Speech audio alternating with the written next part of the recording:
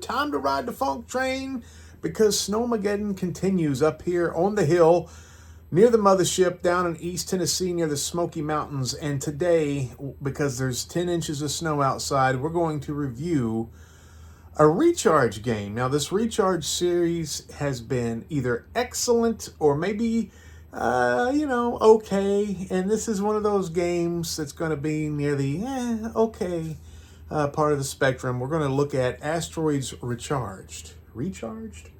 Recharged.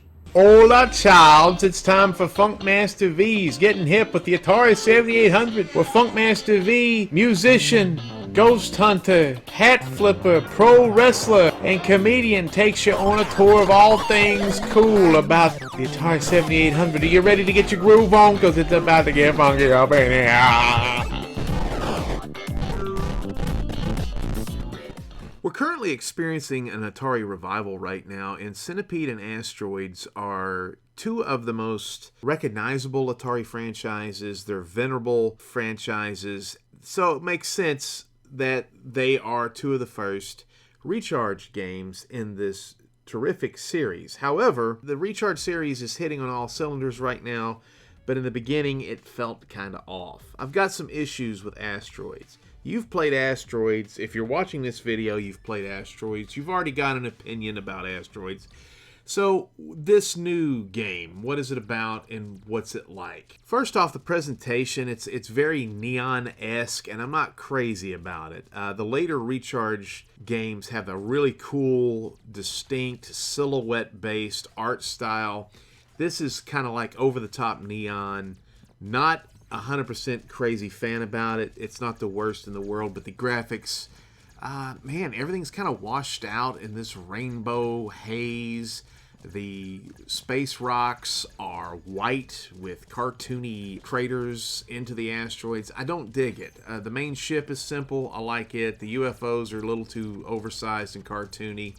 I'm not a fan of the graphics, and the sound is pretty underwhelming as well, even the music. So when we're playing a game here, we have a choice between co-op, which is cool, where you can play two players at once, or one player, and you can either do a recharged version, which just means you have power-ups and one ship, a classic version, which means you have 3 ships and no power-ups, and a classic recharge, which gives you 3 ships and all the power-ups. Why would you pick anything but the classic recharged version? I don't know why the other two even exist. It's like a faux option. So once you get into the game, it's basic Asteroids fare, but there's something missing. There's no waves, the rocks just keep coming, and there's some problems with the gameplay.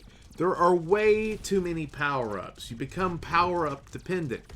It's really ridiculous. There is no skill. You just sit and wait for whatever power-up comes.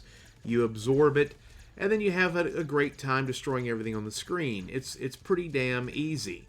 The other problem is every ship that poses a threat, which means anyone that can shoot at you, comes from the left side of the screen. And when I say everyone, I'm talking probably 90% of them. I don't know who programmed this. No ships come from the top, the bottom, or the right side of the screen. So if you park yourself on the left third of the screen, you're going to be able to take out everybody pretty quickly. You can accumulate extra lives fairly simply. I think it's at 5,000 points. And man, you can play this game until you're extremely bored of it. If you're somebody who's new to the franchise of Asteroids, please don't judge it by this game. It's not bad because the soul of the game is still there. It's just not a good version. It's too dependent on power-ups. It's too cheap. It requires very little skill, and it's ugly. It's boring. Now, they do have challenges and achievements. Achievements, who cares? But the challenges are kind of interesting because they do put you in unique situations, and the boards are kind of unique sometimes. Sometimes you need to survive for a certain length of time. Sometimes you need to accumulate a certain amount of points. Sometimes you have certain types of power-ups as tools to clear out these requirements.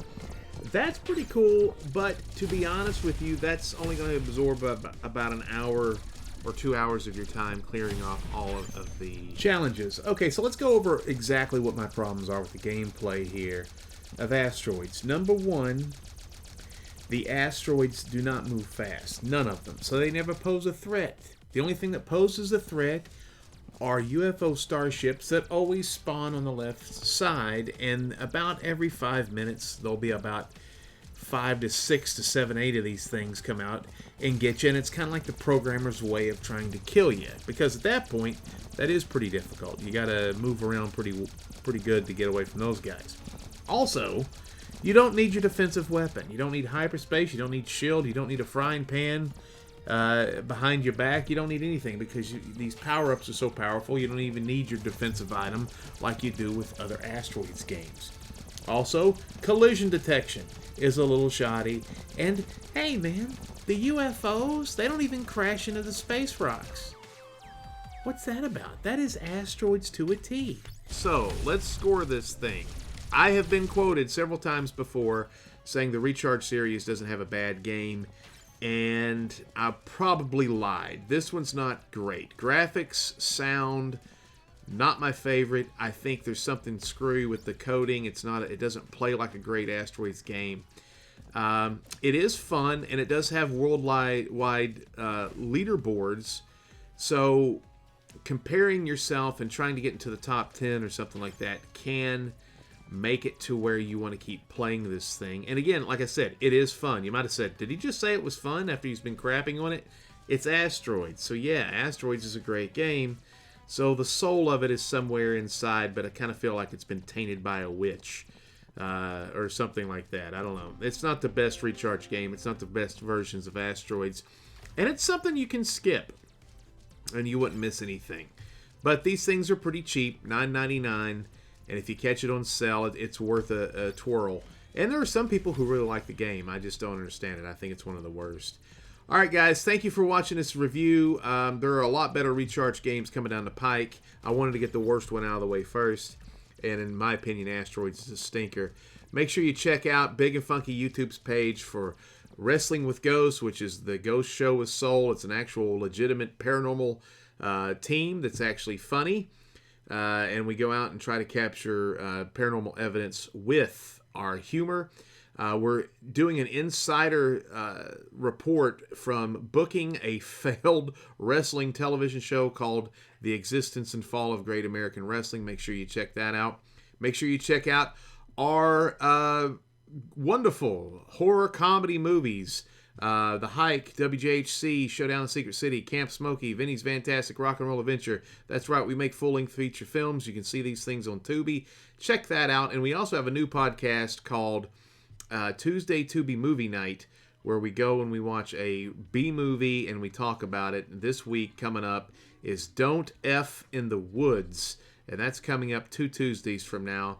And also, please don't forget the Atari Network podcast with me and John Stoll II.